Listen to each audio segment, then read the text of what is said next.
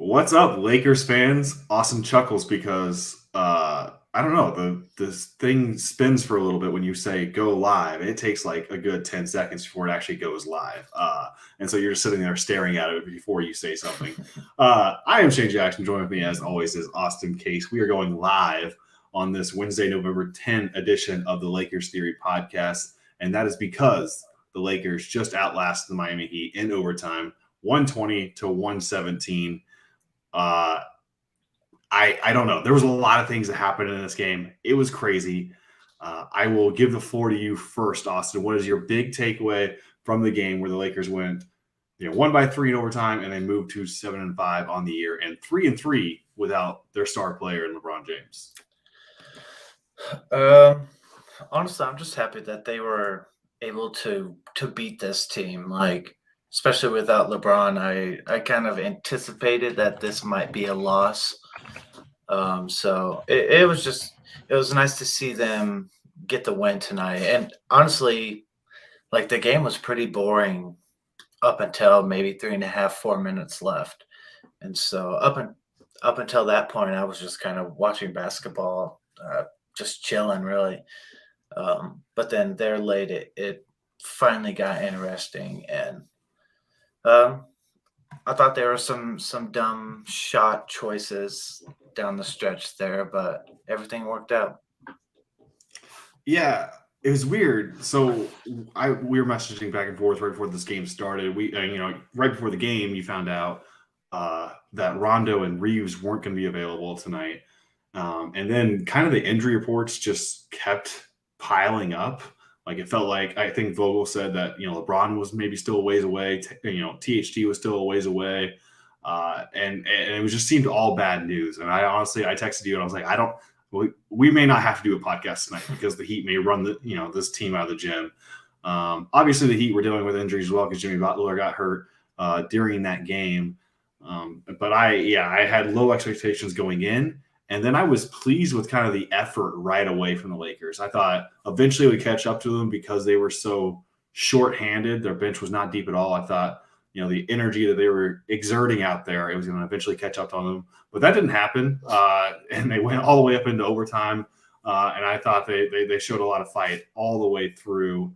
But really for me, I think my big takeaway, before the year, basically we both admitted we had no idea what to expect of this team. I mean, a lot of new pieces, and my promise to anybody listening to this podcast was, hey, we're going to learn about this team together, and that's the point of this podcast is like figure out what makes this team work throughout the season. And the last couple of games haven't gone the Lakers' way, and I've been sort of pessimistic about this team and growing pessimism about this team. But then you saw what Malik Monk did, Wayne Ellington. Obviously, we've seen what Carmelo has done in Staples Centers this year, and you're starting to see, I think, what maybe the Lakers front office envisioned when they made the moves this offseason. You're seeing role players and their defined roles and what they're capable of. And obviously, the Lakers still have a handful of role players who aren't even available right now to this team. And so maybe for the first time in a couple weeks, I am more hopeful than I was. And it's because, Malik Monk, 35 minutes, he scores 27 points, 10 of 13 shooting. Like, this is what the Lakers envisioned when they got him. And I know he can be a liability on the other end of the floor, but like everyone has sort of the specific job and skill set when they're kind of putting this team together. And in the big picture, we won't actually know what this Lakers team is capable of until everyone is healthy, notably LeBron James. But at least I think tonight you saw elements of what this team can be because a couple players that I think were key to that showed it tonight. Yeah, I would feel optimistic about things moving forward.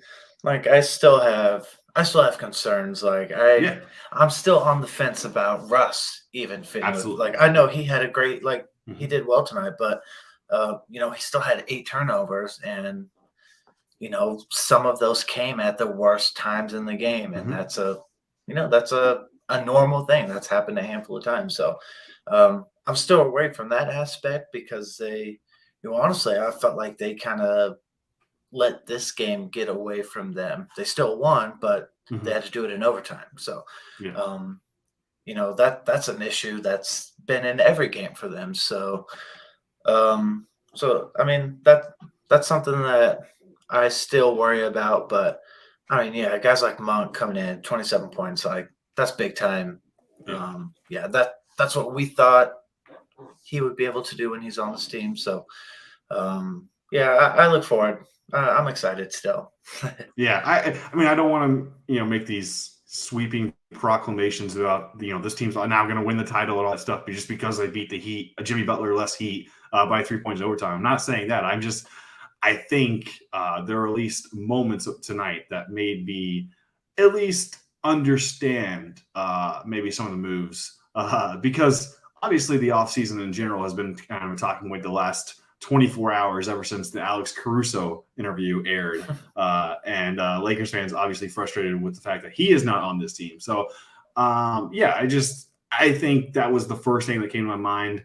I'll try not to always talk about, hey, I think, this is why they saw the offseason plan working. But at least Malik Monk, I mean, I want the confidence that Malik Monk has in crunch time because it is Mhm. unreal how many shots he is just fine with taking.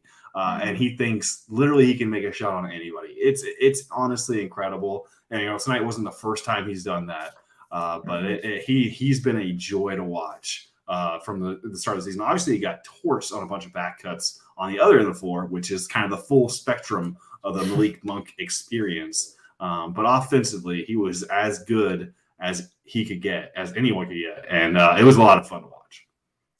Yeah, that's good though that he's not afraid to take a shot in a big moment like Mm-hmm. that they need that, especially when LeBron's not in the game. So that's good for them that that'll provide them some kind of offensive spark, like anytime there's not a lot of scoring options on the floor. So like they need, I felt like that's how the team is though this year. Mm-hmm. Like nobody's afraid to take a shot in a crucial moment, and um, you know, with everyone willing to shoot the ball like that, that's going to be a good thing sometimes, and sometimes that's not going to work out. So, Yeah. I'm optimistic still. Yeah, and you saw some kind of design sets for Ellington. I thought that was important. Mhm. He's obviously going to take a little bit to get the legs underneath him, but I liked at least what the way they were involving him in this game, and he ended up playing 22 minutes. We could talk about Russ. I think it's weird that we didn't actually mention a whole lot of them, and it's now the 8-minute mark of this show. But his handprint was all over this game, though. 43 minutes, he was 10 of 22 shooting.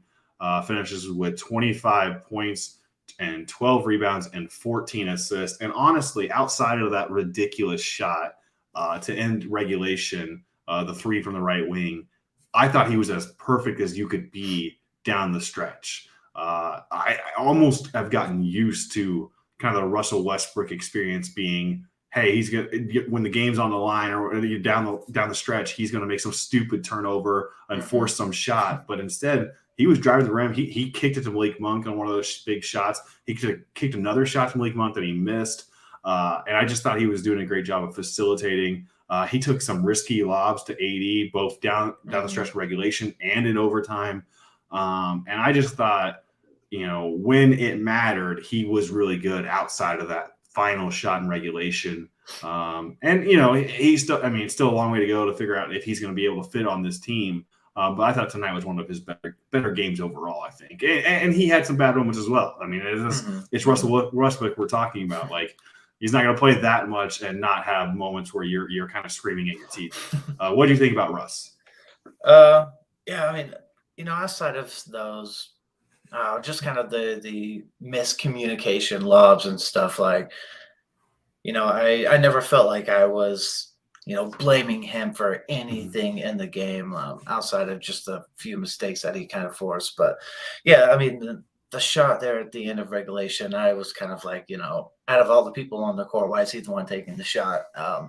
Well, and he was the hot hand, right? So he had made back to back shots, and the thing Mhm. about when he had made back to back shots, he got in in beyond the arc, and he hit a a mid-range jump shot 2 possessions earlier, and another one where he hit a turnaround right by the rim. So like he was the hot hand. Like it was fine that he was the guy getting the play. I just agree. Yeah, he probably shouldn't have settled for the shot that he did.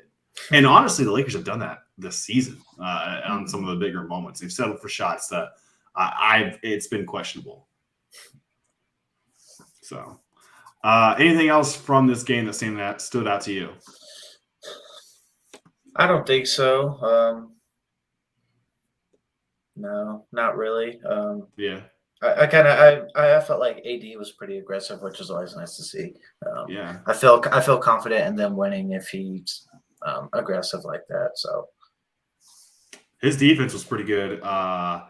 And so I mean, obviously, Bam was a handful, especially in the third quarter. But I think there was a play there when he made a nice move on the ball and slapped it out as Bam was going up, and then kind of AD like looked across towards the bench, like, why was he even trying that against me? Obviously, Bam scored like 14 points that quarter, so he got his on AD. But I liked seeing maybe some of that swagger again from AD. Honestly, AD season in general. Like I know a couple games ago he couldn't go. He was sick last game.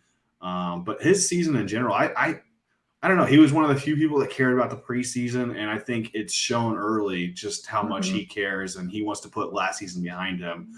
Because I don't think I've gone away from a game going, man, AD played really badly. Like there's obviously moments where you're like, I wish he would do this and do that. But in general, I've been pleased with AD's performance, and obviously he's available, so that's a big check mark in his pro column as well.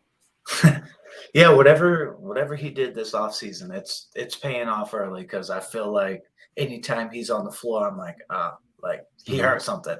So I definitely feel like I don't know, he's playing well. Like there hasn't been a game where he just kind of disappears. Like he's serious. Like he's serious about this year, and that's great. Yeah. Yeah, I don't know. I mean, Lakers will play the Wolves on Friday.